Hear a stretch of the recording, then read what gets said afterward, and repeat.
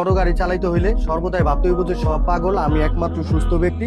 কে কি বললো কে কি করলো, যাত্রীর পিছন থেকে বললো এই পাল চালান, হ্যাঁ পিছনের গাড়ি আগে গেল, গাই মাথা গরম কইরা আপনি মনে করেন হ্যাঁ ওই আমারে ভুইরা দিল অলরেডি যাত্রী আমার এই কথা কইলো, আমিও তো পারি, আমিও তো ছিড়ু সিসে বাল আর ছিড়বো বাল, তার নাম হইছে হরিদাস পাল।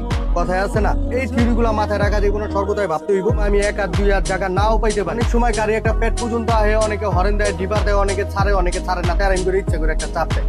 আসলে সর্বদাই একটা কথাই মাথায় রাখতে হইব যে আমরা যেহেতু বড় গাড়ি চালাই, আমাকে মন মানসিকতা সবকিছু বড় ধরনের রাখতে হইব যে আমরা যেহেতু বড় গাড়ি চালাই আমাদের ত্যাগ স্বীকার করে চলতে হইব। কথা একটাই, নাইলে আপনি বড় গাড়িতে টিকতে পারবেন না ভাই। যেরকম মোটরসাইকেল বলেন, সিএনজি বলেন, প্রাইভেট কার বলেন, পিক আপ বলেন, অনেকে কিংবা পাবলিক পথচারী বলেন, হরেন একটা দিচ্ছেন আপনার দিকে ঘেরি ঘুরে এমনি চায়া থাকবে।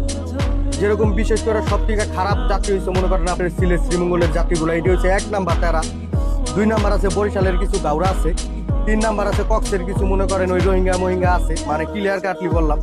তারা কি করবো, হরেন একটা দিচ্ছেন আপনি যাইতে পারেন আর না পারেন, ওই রাস্তাটা কিন্তু অলওয়েজ ভিজা থাকে, লবণ চাষ করে ডাইনে বামে রাস্তা ভিজা থাকে। আবার মাছের গাড়ি যাতায়াত করাতে পানি পড়তে পড়তে আবার ইটের বাটার মাটি মুটি টানে, সবকিছু মিলে রাস্তা পিছলা ভিজা মাটিতে একবারে তেলতেল হয়ে যায়। একটা হরেন দিচ্ছেন কিংবা ডিপার দিচ্ছেন, ওই বুঝে নাই, ওই বামে জায়গা আছে, ওই ইচ্ছা করলে নিলে নিতে পারে, কিন্তু ওই বামে লইব না, ওই কি করবো বের করে আপনার মুখের দিকে চায়।